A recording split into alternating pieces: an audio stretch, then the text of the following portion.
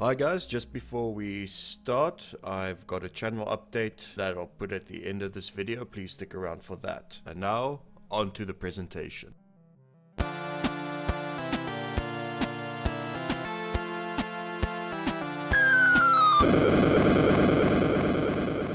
Is this even a game? What am I doing with my life? What's its purpose? Hello and welcome to Escape from Mount Backlog, one man's quest to defeat his game's library. Today we'll be looking at HATOFUL BOYFRIEND by Pigeonation Inc. HATOFUL BOYFRIEND is a visual novel style dating sim, and not just any kind of visual novel dating sim. It's an otome game, which literally translates to maiden game, which according to Wikipedia is a story-based video game that is targeted towards the female market. Generally, one of the goals, besides the main plot goal, is to develop romantic relationships between the female player character and one of several male or female characters. HATOFUL BOYFRIEND also happens to be the first game produced by mangaka Hato Moa under her doujin circle Pigeonation Inc. And at this point, I should probably mention that all the characters, save for the protagonist, are birds. As in Alfred Hitchcock birds, as in angry birds, as in birdemic birds. I'll admit that's where my train of thought stopped on this one. I mean, they're birds. I could go into how paltry the choices are, as in they are kind of few and far between, or how each playthrough only lasts about 90 minutes. So you can easily do a playthrough and then spend the rest of your night wondering why you spent your time on this game, and with 16 different endings you could go through that loop for over 2 weeks. Now I could talk about how the music fits perfectly with this style of game, or how the illustrations are of reasonable quality.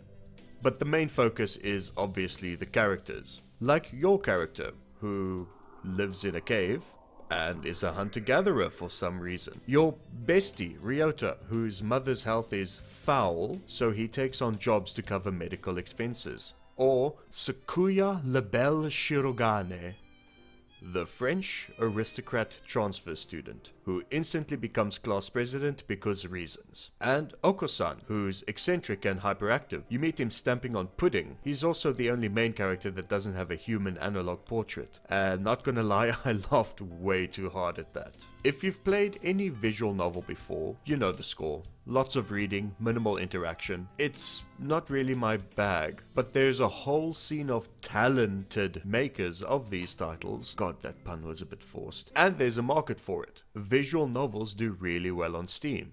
Who would have thought? Apparently, there was an entirely unserviced player base. Weird that. How people have different tastes in games. If only the AAA gaming industry would remember that. Not everyone likes yearly CODs or open world action games. I enjoy open world action games, but I've got a friend who is somewhat of a visual novel aficionado.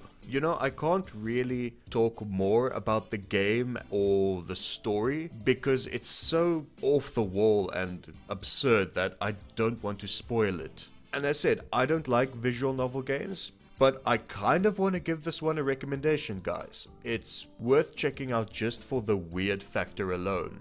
And that'll just about wrap up this episode of Escape from Mount Backlog. And now, as promised, here is a channel update.